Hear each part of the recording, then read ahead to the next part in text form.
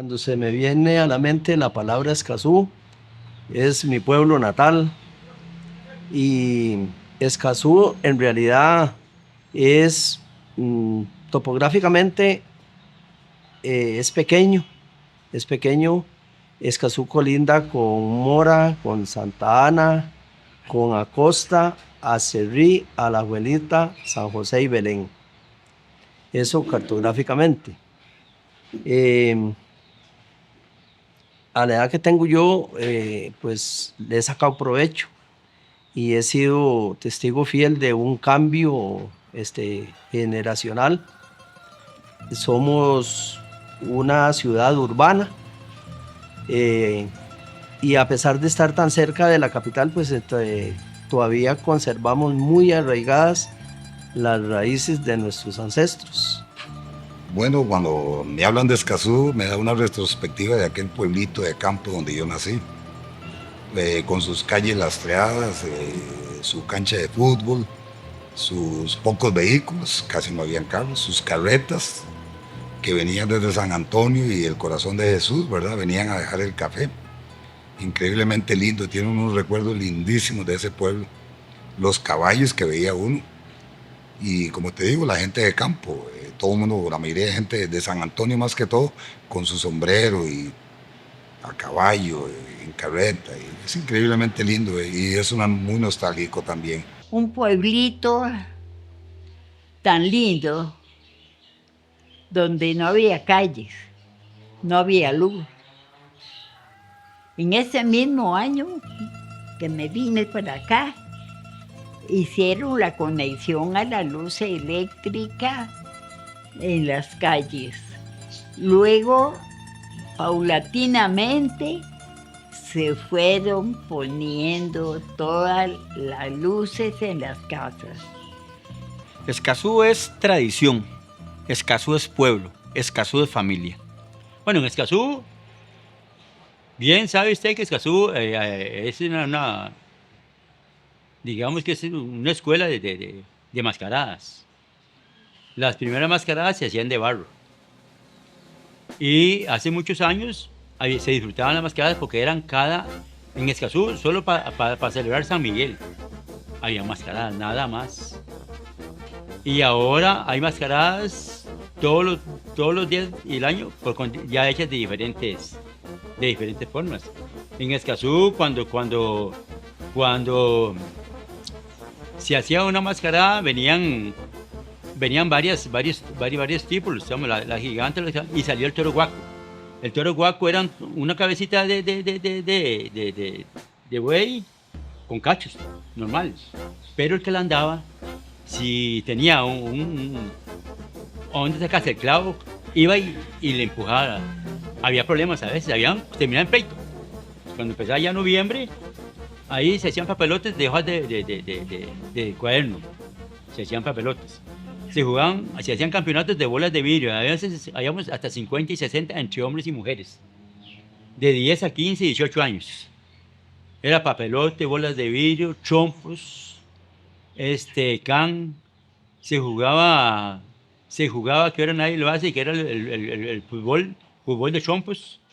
El fútbol de chompos. Y ya después, como no había luz, a las 6 de la tarde se hacían fuera de esos juegos de yaxis, de cromos, hombres contra mujeres. Y se hacía los juegos de la noche, era del escondido, hasta las 8 de la noche. Bueno, los boyeros son tradiciones muy lindas. Ojalá que nunca se acaben. El boyero no es solo la persona que anda con su carreta trabajando, digamos, que anda en la calle ahí con su sonar de la carreta, no. El boyero se dedica a jalar arena de los ríos, se dedica a jalar caña, trabaja con sus bueyes en el trapiche. El que no sabe andar con bueyes ni cargar una carreta o amansar unos bueyes o arar con bueyes, ya sea de arado de palo o arado de hierro, no sabe lo que es la vida. Decía mi papá que unas fiestas de San Miguel o de San Rafael sin un muerto no eran fiestas. En aquel entonces. Mi abuelo, Manuel Aguilar Sosa, Él fue policía de la Guardia Rural, como decían antes, por muchos años. Él usaba su uniforme completo, digamos, su revólver, su macana, pero era de pie descalzo. Él era un señor casi de 1,90 m, era un señor muy, muy grande. Ellos eran oriundos de aquí, de San Rafael, pero siempre habían, como le digo, siempre para esas fiestas, si no habían pleitos, no eran fiestas. Me contaba mi papá que una vez le avisaron, llegaron y le dijeron a ellos, es que Aldérico, mi tío mayor, o Aldérico Aguilar, mejor conocido como Quillo, que estaba peleando por una muchacha de una novia que él tenía en Santana. Entonces de ahí llegaron y le dijeron, al ratito ya se metió mi otro tío Memo, mi tío Víctor, mi papá, y como para no terminar el pleito, como dicen, para no el pleito, porque los pleitos se empezaban en San Rafael, en la antigua Águila Negra, y llegaban a Escazú Centro. Era toda la calle Real, todo el mundo peleando. Entonces llegaron y mi abuelo estaba trabajando esa vez, estaba de guardia, como le llamaban antes. Y le llegaron y le dijeron, Manuel, le están pegando a sus hijos. Y que dijo mi abuelo, ¿cómo que le están pegando a mis hijos? Pues sí, Manuel, ahí están todos sus hijos peleando en la calle Real de Escazú, peleándose con una gente de Santana y de Escazú. Pues llegó mi abuelo y dijo, a mis hijos nadie les pega. Llegó, se quitó el arma del reglamento, la puso a un lado, la macana, se arrolló las mangas, se arrolló los ruedos del pantalón y él se vino a volar manazos también. Y dice mi papá, y esas fiestas fueron las más lindas porque estábamos todos los Aguilar y los hijos, Manuel Aguilar y sus hijos volando manazos en todo Escazú.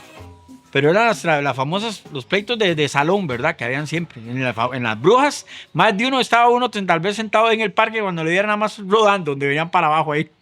En las gradas, ¿verdad? En el famoso Salón Las Brujas de Carón. Las brujas, yo era cliente fijo de ahí, yo no sabía. Sí, ya uno conocía, ya uno sabía, llegaba fulano y ya uno decía, ese va a ser un problema.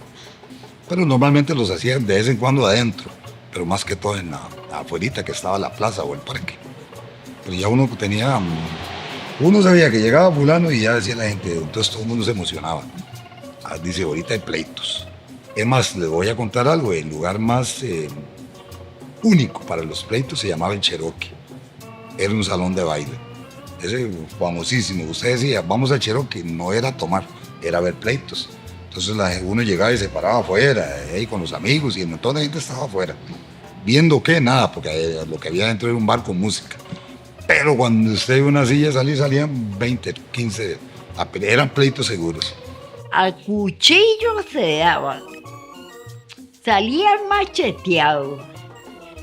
Pero qué cosa es más triste. La municipalidad se puso a pensar mucho en eso. Y antes lo que era la Guardia de Asistencia Rural eran los policías que usaban los tombos, decían, ¿verdad? Los que usaban un bastón y realmente no tenían preparación militar ni nada por el estilo. Ponía un policía, lo mandaban macheteado para abajo. Buscaban otro bien bravo. Tampoco se reunieron y dijeron, vamos a ver, ¿qué hacemos con esto? Aquí lo mejor es darle el poder, no a un policía, sino coger uno de esos matones y ponerle de policía. Y este señor era bueno para el golpe, una vez para tratar de calmarlo, lo que lo hicieron fue policía, para que sacara borrachos, para que... Sí, muy conocido ahí en Escazú, me acuerdo bien de él. Y era cuadradísimo, pero cuadrado de esos fortachones de campo, ¿verdad? Démosle el poder a él. Lo agarraron, le dijeron, usted lo vamos a juramentar, usted va a ser ahí. Y así, Manuel Catalina, como le decían a ese señor, puso la ley y aplacó muchísimo los macheteos. Este programa se trata de eso, de irles contando lo que es nuestra idiosincrasia, lo que son nuestras raíces, lo que es nuestro pueblo Escazú, no es Escazú Centro, es el cantón de Escazú. Es un pueblo rico en historias, es un pueblo rico en costumbres, en tradiciones que se conservan hasta el día de hoy. Escazú se caracteriza más que todo por las leyendas, ¿verdad? El famoso Padre Sin Cabeza, la Tule Vieja, el famoso gigante. Nos dijeron a todos que en una esquina, ahí en una esquina, 100 metros al sur de la escuela, nosotros vivíamos ahí, en una casa se paraba un gigante y ponía el codo en el cielo raso. Era un gigante como de 6, 7 metros. Y que si uno se portaba mal, me imagino que fueron mis papás, no estoy seguro, que si uno se portaba mal, entonces ese gigante lo esperaba ahí y lo perseguía. Y una época mucha gente de Escazú, y con nombres me acuerdo bien, que había que irlos a acompañar porque no pasaban solos por ahí. Después de que terminaba el baile o la discoteca o algo, no pasaban por ahí. Porque yo tengo la convicción de que alguna vez lo vi, según yo. Seguramente algún sueño tuve.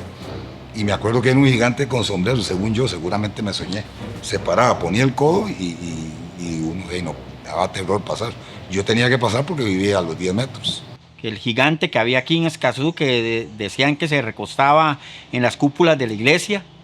Mi hermana tuvo una experiencia, mi hermana mayor tuvo una experiencia bastante, se podría decir ahí, fea con ese tipo de tradiciones. Ella tenía que bajarse, cuando eso subía el bus de Escazú aquí, dejaba a la gente en el oriente, y de ahí tenían que caminar mi hermana hasta la casa, ¿verdad? Dice que ella comenzó a sentir como que la venían siguiendo a alguien. Mi hermana podía tener en aquel entonces unos 18, 19 años. Ella estudiaba en el Justo Fácil, trabajaba en el día y iba a estudiar de noche, a sacar su bachillerato en el Justo. Dice que ella comenzó a sentir que como que la venían siguiendo, ¿verdad? Pero eran calles muy oscuras, antes no había tanta luz aquí en Escazú. Y dice ella que comenzó a sentir como que la venían siguiendo y que comenzaban a oírse como que se estaban quebrando las ramas de los árboles. Esta calle ahí sobre la Ulera, antes había mucho árbol de pino. Y se oía como que estaban quebrando ramas y que de todo, y que ella veía como que se doblaban las copas de los árboles. Y dice mi hermana que al llegar, que ella sintió como que la hacían como agarrar del pelo. Ella usaba el pelo largo a la cintura, y ella, que la hacían agarrar del pelo, y que ella se asustó toda y comenzó a correr, ¿verdad?, a la casa. Y llegó a la casa y le contó a mis papás. Y dice que eso mi papá salió como asustado también. Se puso el cuchillo con un foco a salir de la esquina. Y ahí en la esquina de mi casa habían 2 árboles de esos de pinos grandes. Pero dice que los vio completamente doblados. Dice mi papá, pero ¿qué es esto tan raro, verdad? Y que dice que al otro día llegaron a buscar y lo que había era una gran huella en el piso. O sea, que lo que la venía siguiendo a ella era el famoso gigante. Y no solo mi hermana, a varias gente aquí en Escazú le salió. Que dicen que el señor, el gigante se sentaba, era tan grande que se recostaba en la cúpula de la iglesia. Y que ahí mucha gente lo veía. De las leyendas más bonitas que tiene pues Escazú, y es la calle San Miguel. En esta calle pues durante mucho tiempo es la más famosa, hasta don Álvaro Mací lo mencionaba, que era por la que transitaba la carreta sin bueyes. ¿Por qué la carreta y sin bueyes? Porque según el que hace la primera obra sobre leyendas costarricenses, González Feo, decía que cuando iba a hacerse una ermita en San José, en la Villa del Monte, un escazuceño se robó la madera donde se iba a hacer la ermita. Él dijo, si no es de nadie, pues me la llevo para Escazú. Con ella hago una casa, con ella hago un trapiche, que era uno de los, pues, de las tradiciones más antiguas acá, y un método de subsistencia para él y su familia. Pues resulta ser que el señor efectivamente se empezó a robar la madera. Le dijeron que no se la robara, que era del señor San José. Hizo caso omiso, vino a Escazú, hizo la casa, el trapiche, y con lo que sobró hizo una carreta. Cuando estaba terminando de construir el trapiche, uno de los largueros se soltó y lo mató. Entonces la tradición dice que este escazuceño es el que vaga en la carreta por robársela al señor San José. Es una especie de maldición en la calle San Miguel. Entonces creo que es una de las historias más bonitas de nuestra idiosincrasia, de lo que somos en Escazú y de lo que estamos proyectados a hacer. Pues te voy a comentar una cosa. No solo me la contaron, la viví. Bueno, yo soy oriundo de la entrada de Villa Horizonte, calle San Miguel. Ahí, como te vuelvo a comentar, fueron 2 experiencias, bueno, 3 se pueden decir que tuve. Una que la viví en carne propia, con mi otra hermana y un hermano, digamos, una noche, después de un aguacero de aquellos que antes se venían aquí en Escazú, ¿verdad? Se iba a la luz y mi papá no había llegado a trabajar, entonces nos mandaban a los chiquillos que nos decían, vayan a la pulpería a hacer un mandado, ¿verdad? La cuestión fue que nos mandaron a mi hermano Oscar, a mi hermana Tere y a mí a hacer ese mandado, ¿verdad? A la pulpería, a pedir fiado, cuando eso todavía se podía pedir fiado en las pulperías. Vaya donde Teo, allá a la Udita, a pedir fiado, pedazos de salchichón, algo así, no me acuerdo qué fue lo que nos mandó mi mamá a traer. Y nosotros veníamos de ahí, digamos, era una distancia como unos 800 metros de mi casa. Cuando veníamos llegando a la esquina a 100 metros de mi casa, comenzamos a oír como unos golpes grandes como de mazo en la calle, pero aquello como una carreta desbocada, para que me entiendan. Ya, y nosotros chiquillos, ¿verdad? Ya se nos paralizamos, ¿verdad? Aquello como escalofríos y de todo. Y al ratito sentimos como una ráfaga de viento que pasó aquello, pero era como ir una carreta desbocada, ¿verdad? Y nosotros nos quedamos paralizados. Y ahí nos quedamos paralizados en la esquina cuando sentimos esa ráfaga. Después salimos huyendo, ¿verdad? Como decían antes, como alma que lleva el diablo, ¿verdad? Huyendo para la casa, porque ya asustados, ¿verdad? Y llegamos a contarle a mi mamá. Y me dice mi mamá, y nosotros veníamos, como éramos mi hermano mayor, mi hermana y yo veníamos en ese vacilón, pero veníamos hasta peleando. Yo era el cumichi. Y veníamos en el pleito. Entonces nos dice mi mamá, a ustedes lo que les pasó fue que les salió la carreta sin bueyes. Escazú tiene mucha leyenda, mucha tradición. Estaba lo de la cegua. Mi abuela paterna me contó, ella tenía un hermano que se llamaba Rafael, yo lo conocí, nosotros le decíamos solo Marín, Rafael Marín. Dice que el hombre era muy mujeriego y que todos los días visitaba a una dama diferente y que una noche en un lugar, en Chiverral, en una esquina, se le montaron la cegua y el ceguro en ancas. Y el caballo salió a todo galope y llegó hasta donde mis bisabuelos.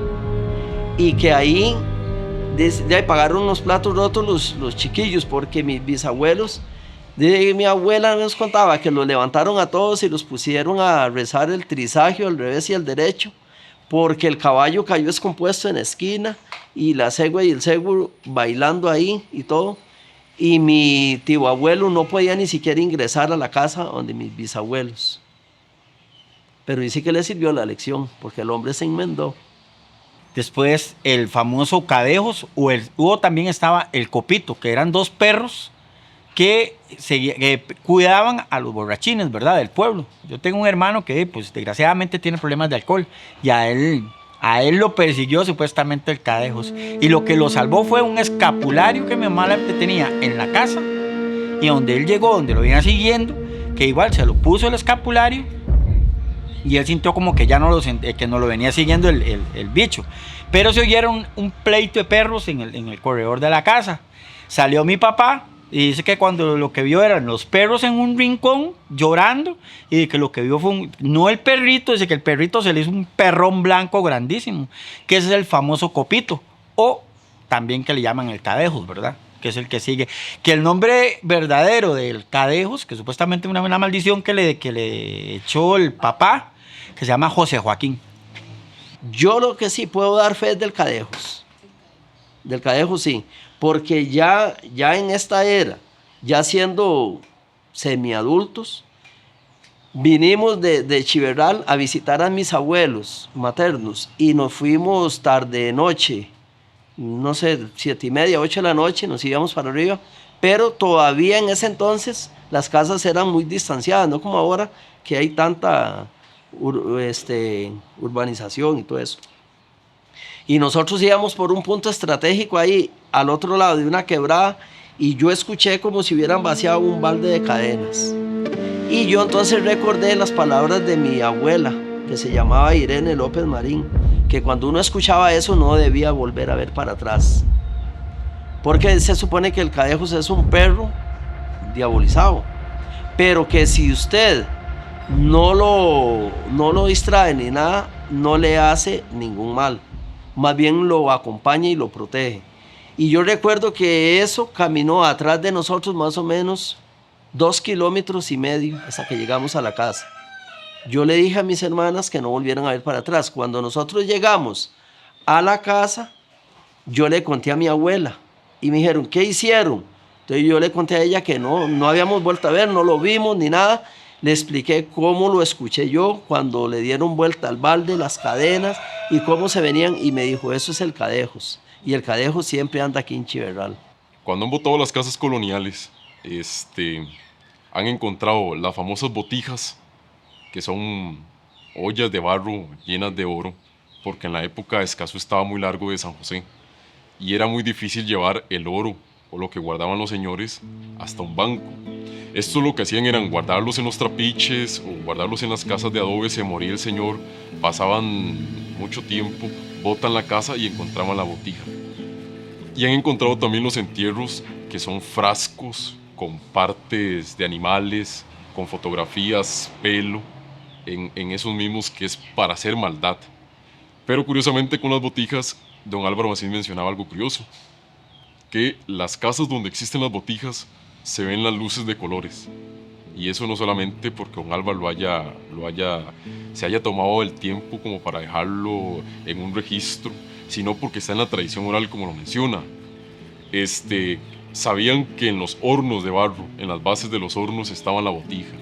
O por ejemplo, en las pilas de las casas coloniales estaba la botija. Y estas luces eran nada más y nada menos que las brujas que guardaban ese tesoro para que una persona no lo encontraba.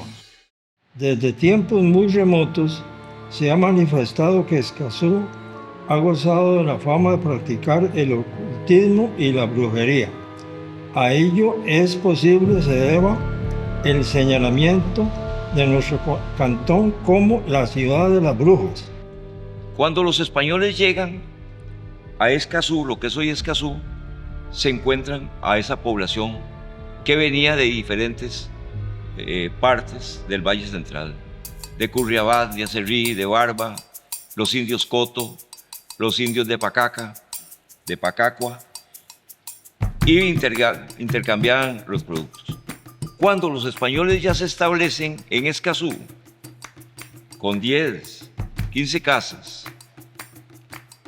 o ranchos, si esta población seguía llegando con la mercadería que la tierra le generaba. Dentro de esas venían mujeres, y muchas de las mujeres traían parte de ese botiquín indígena, hierbas y una serie de curas. Y esa serie de curas, una mala interpretación de la iglesia. Y a la curandera comenzó a llamársele bruja. Siempre se ha dicho que, bueno, es conocido como la ciudad de las brujas, que también lo lleva el pueblo de Paraíso de Cartago. Pero más que todo aquí en Escazú es porque se le llamaba la ciudad de las brujas, es porque aquí había mucha curandera. Aquí en Escazú es lo de las brujas. Todo el mundo habla de las brujas aquí en Escazú. Que el concepto de las brujas venía debido a la gente que habitó originalmente el área de Escazú. Y entonces eran unas personas que eran de sefardíes, que se llamaban, y que ellos los sábados practicaban las tradiciones de sus antepasados dentro del establecimiento de Escazú. Son muy pocas las familias que eran de origen español, por lo tanto sefardita, que tenemos constancia en Costa Rica. Yo comparto más la parte de que en su mayoría éramos mulatos esclavos y en Escazú abundaban los hijos naturales. Claramente yo le puedo asegurar a usted que familia tal es descendiente de mulatos esclavos, como por ejemplo los Flores y los Madrigal de Escazú. Pero también habían de familias españolas, como los Monge. Claramente hacia 1820 ya escuchamos mencionar los Bermúdez, en 1840 los Roldán, por ejemplo. Pero mulatos y mestizos en Escazú sobraban, sobre todo Me quedo con la parte de esas mujeres que eran madres solteras y sobre todo aquellos que ni siquiera sabemos quiénes eran sus padres porque las actas mencionan como hijos de padres no conocidos. Este pueblo, este nombre lo recibió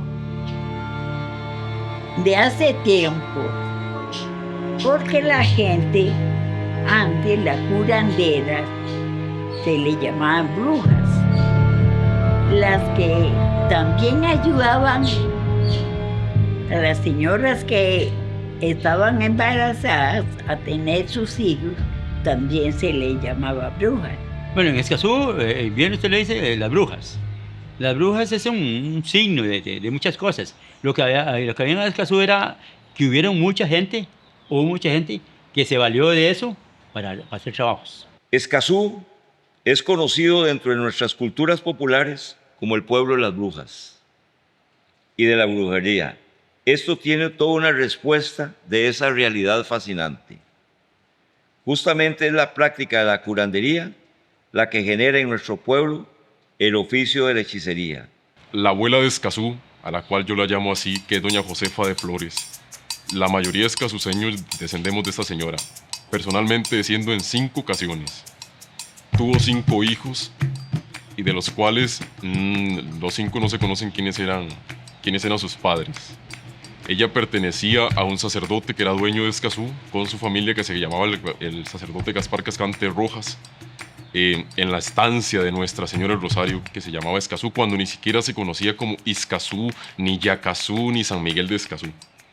Si usted se pone a pensar en esa señora, que al fallecer el cura Gaspar Cascante Rojas, la deja en herencia a doña Lorenza de Flores y Barbosa, que es quien le da hacia 1727 la libertad a ella como a sus hijos. O sea, es lógico pensar que aquí hay brujas, porque ella era mulata y sus 5 hijos eran esclavos. ¿Cómo hacía esta persona para curar a sus hijos enfermos, a sus animales enfermos? ¿Cómo hacía para tener la tela, para hacerle la ropa? Esto hacía pensar a las personas de abolengo de Escazú, como por ejemplo los monjes, que siempre han sido de un estatus social en el Escazú, sobre todo en el colonial, o los Chávez, o los Bustamante, que una persona descendiente de mulatos esclavos da cobijo y da herencia a sus 5 hijos. Todo esto hace pensar al Escazú del momento que tenían pactos con el demonio, por ejemplo, que en realidad no era cierto. Muchos sí lo tenían, pero otros no. Otros eran solamente el esfuerzo de una mujer soltera que tenía hijos que criar, que tenía nietos que criar. Y esta familia, los Flores León, creo que es de las familias más importantes que hay en Escazú y hay que reconocerle la historia que tiene. Posteriormente encontramos una serie de personajes dedicados a estas prácticas. La familia Altamirano, la familia Sofeibo, a Peregrina Castro, a Sara Castro, Pedro Castro, doña María Castro. Eso sí, y hay muchos. Personas que leían las cartas. Estaba Custodio Ríos. Custodio Ríos era famoso para eso. Y lo que daba Custodio Ríos para que usted tomara o le diera a tomar era un polvillo, era de ladrillo. Josefa Bustamante es la bruja más famosa o la curandera más famosa en toda la historia de Costa Rica. Y esta mujer, además de que ejercía el mal y el bien, además practicaba la obstetricia. A finales del siglo XIX y principios del siglo XX encontramos en Escazú una cantidad de practicantes de la hechicería y la curandería, que era Juana Espinosa. Doña Juana Espinosa fue una hechicera que en realidad tenía a cargo el mesón de Escazú. El mesón en realidad era un hostal. Se encontraba siempre gente de todas partes que iban siempre en busca de medicinas para curar las locuras del maleficio, para hacer volver al hogar al cónyuge descarriado, para averiguar el autor de los robos, para quitar el mal de ojo, de amor y para lograr el éxito en las empresas. Esta Juana Espinosa fue, y en la historia de Costa Rica sigue siendo famosa, pero lo que tenía fama era en la curación de niños. No podemos hablar de brujería sin dejar de lado a Don Tuto Yoyo, que se llamaba don Liborio Constantino de Jesús Fernández Delgado, y él alardeaba de que él había atrapado a la mítica Tunevieja. Este señor, con un bejuco de yasú, la paseó por todo el pueblo. Fue y la trajo para unas fiestas de San Miguel, contaba mi papá. Y llegando a la iglesia, se cuenta que se convirtió en una gallina. El famoso Negro Sara, que ese era un señor de descendencia jamaiquina. Era un señor alto y delgado, no era negro, era lempo, no era tico. Pero se casó y se vino a vivir a Escazú con una brujilla. Era un hombre poco comunicativo, salía poco a la calle y así lo hacía, y si lo hacía era solamente en la noche, aunque el pueblo respetaba sus poderes mágicos. El Negro Sara tenía todos los conocimientos que le fue heredado por su madre y adquirió algunos conocimientos del vudú, heredado por su padre. El famoso Negro Sara era más que todo, él lo que hacía era como soltar los famosos maleficios que había, ¿verdad? Él lo consultaba más que todo porque había una persona que le estaba yendo mal en los negocios o que tenía problemas en el matrimonio, entonces a él lo consultaban más que todo para eso, para que él liberara el maleficio que tenía encima aquella persona. Según fuentes registradas en la memoria colectiva de esta comunidad, Crisanta tenía poderes de santa porque constantemente predecía fenómenos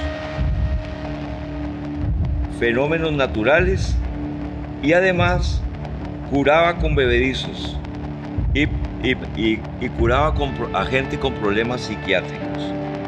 Esto lo señala uno de sus nietos. Y decía él también, se llama José Castro, muy conocido en Escazú. Decía, mi abuela Crisanta decía, hoy nadie sale a la calle ni a trabajar porque puede suceder algo. Jesús, que era uno de los hijos, que le decían Túngara, no hizo caso y se fue a la calle. Al rato, accidentalmente, jugando con su amigo Dino Martinelli, a se le zafó un tiro y mi hermano Túngara fue gravemente herido. Betico Tano era un hombre de muy baja estatura, delgado y de una voz muy aguda, marimbero, rezador y con algunos poderes sobrenaturales, entre comillas. Se pasaba las horas en una cantina esperando que alguna persona lo invitara a un trago. Esa cantina estaba ubicada donde hoy está la Musmani, en Escazú. En este negocio de don Adán Brenes tenían 6 cajuelas de frijoles, los cuales nadie los movía. Entonces un día dijo don Adán, regalo estos frijoles a quien los logre alzar. Todos hicieron el intento. Llegó Betico Tano y preguntó que si podía, y todos al igual que don Adán respondieron con una sonrisa que sí. Dicho y hecho, Betico se mojó las manos, alzó las cajuelas y se marchó dejando a los presentes sorprendidos. Ella es una señora bajita.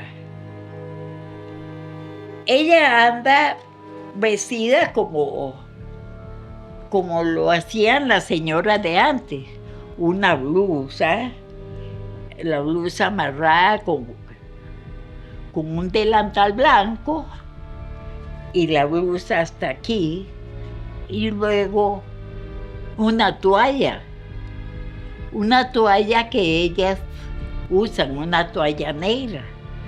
Ese es el vestido que usa ella. Y ella se aparece para bien o para mal. Zárate sí existió. Hay referencias antiguas ya en libros parroquiales, no en Escazú, sino en lo que se conoce hoy como Acerrí. En la época colonial era San Luis de Tolosa, de Acerrí o de Axerí. Y sí existen señoras con el apellido Zárate bautizadas, casadas, y a las cuales se le realizan las exequias, que son los funerales. La bruja Zárate, sí, dicen que existió en en el lado de la Piedra Blanca, el Pico Blanco, que tenía una cueva donde vivía. Que el Pico Blanco, que tiene una pared de piedra blanca, ¿verdad? Que ahí era la puerta de la casa de la bruja Zárate. Que mucha gente no iba ahí cerca de Piedra Blanca porque se perdía. Hay gente que se ha perdido, pero se han extraviado, no es que se han perdido. ¿eh? Pero sí, la Piedra Blanca tiene su historia. Además, hay una canción de Escazú, un himno de Escazú que mienta la Piedra Blanca. La historia, ¿verdad? Famosa de la Virgen, de la bruja Zárate, ¿verdad? Que supuestamente se enamoró de un español, ¿cómo era que la llamaban ellos? De un criollo, ¿verdad? Que ella vivía enamorada y que como no quiso casarse con ella, ¿verdad? Ella lo convirtió en pavo real y se lo llevó para la cueva que hay allá arriba en Pico Blanco, ¿verdad? Los de la cueva dicen que el que hay ahí es un español, pero ella lo convirtió es un animal. Es interesante porque, bueno, mencionan al pavo real, ¿verdad? Un animal traído pues por los españoles y que hace todo ese conjunto de misticismo, que no fue con un animal pues de América, autóctono de estas tierras, sino con uno de español pues para crear la atmósfera perfecta de meter pues más miedo a las personas.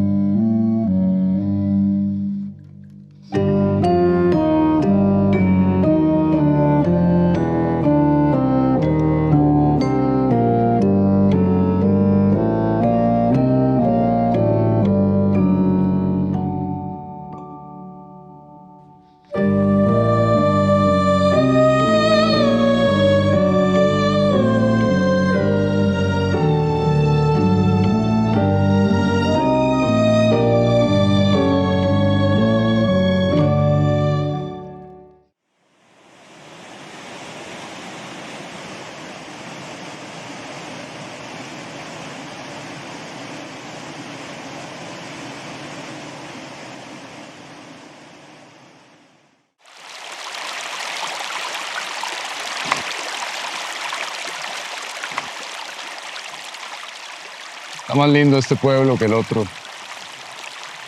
Todos son iguales, capitán.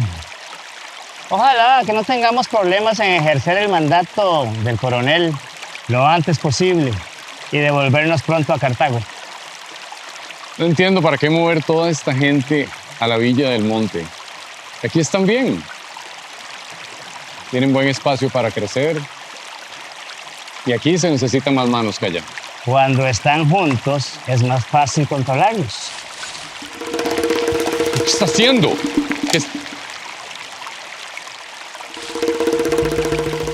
Seguro es un animal. Baja el ritmo. Bájelo. Es hora de irnos. Eres un cobarde, teniente. Le tenés más miedo a la montaña que a un ejército de hombres armados. Sí. Nunca había estado tan cerca de uno. Ay, María, de gracias de que no nos vieron. Pero ya, vámonos. Tome, llévele esto a Nana, dígale que... No sé, que yo me quedé en el pueblo. ¿Usted cree que Nana es tonta? Ella se va a dar cuenta. No. No, si usted no le dice nada. Teniente, ¿y su sombrero? Oh, lo dejé olvidado. ¿Y la cabeza? Todavía la tenés puesta. Encendé esas antorchas y vamos por él. No. Mejor no. Después yo vengo a buscarlo. Además, allá tengo otro. Muy bien. Voy yo entonces. Capitán. Nos vemos en el cuartel. Cobarde.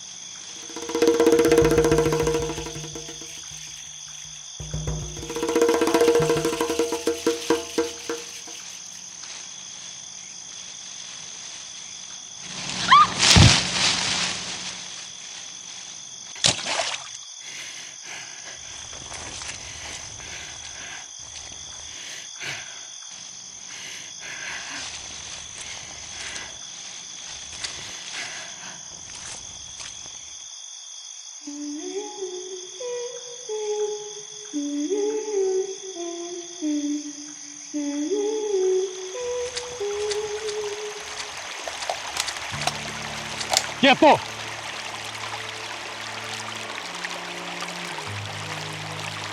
Salga lentamente del agua. No haga ningún movimiento brusco si no quiere que lo mande con nuestro Señor.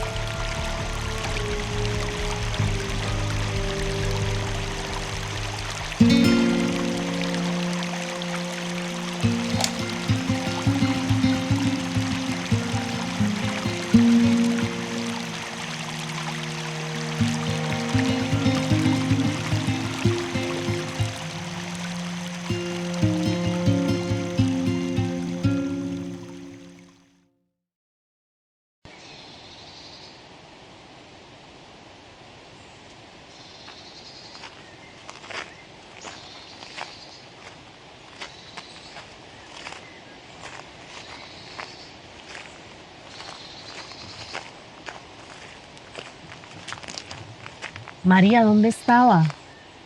Me tenía preocupada. Nana no apagó la vela en toda la noche. Por fin lo conocí. Y en persona. ¿A quién? A él. El que me ha estado visitando todas las noches durante años. María está loca. Usted habló con uno de ellos.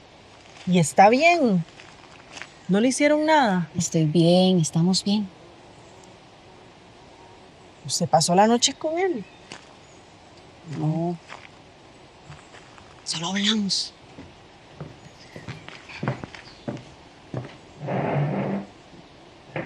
No fue al pueblo, Nana. No se ha movido desde que usted se fue.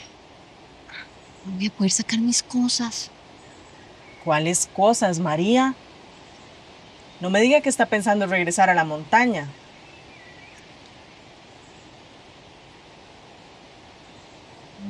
Él sigue ahí, ¿verdad? Usted no le va a decir nada, Nana.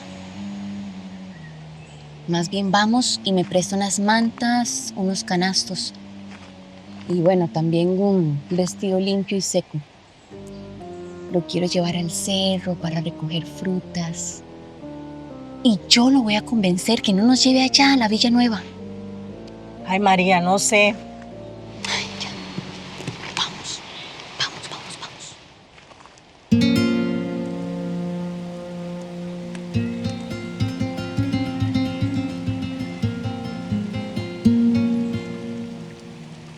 Mañana tengo que regresar a Cartago.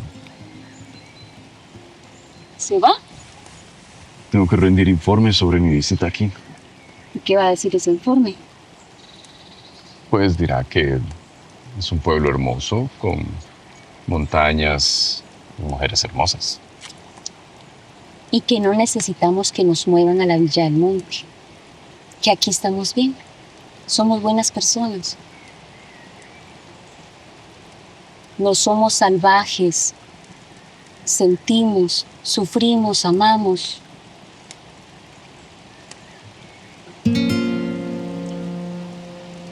No se vaya. Es mi obligación. No estamos obligados a estar donde no nos sentimos bien. No me conoces tanto como para hablar de mi vida. Lo conozco más de lo que usted cree.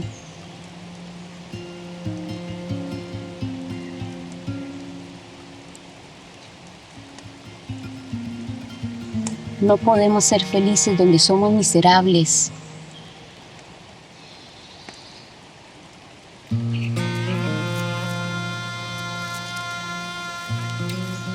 Voy a estar siempre con usted. Y usted conmigo.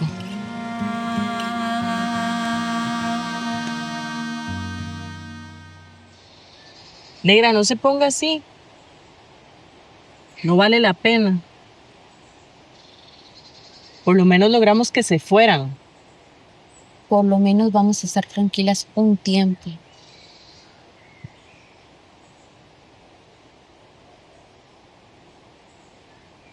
¿Sabe qué día es hoy? Viernes. Hoy es noche de baile. Hoy no estoy de ganas, vieja. Ay, vamos. No sea así. Tina me contó que su mamá le enseñó una canción nueva. Y Sole va a llevar sobado y bizcocho recién horneado. Yo hubiera empezado por ahí. Está bien, vamos. Bueno, vamos. Vamos. Pero primero pasemos a la cueva.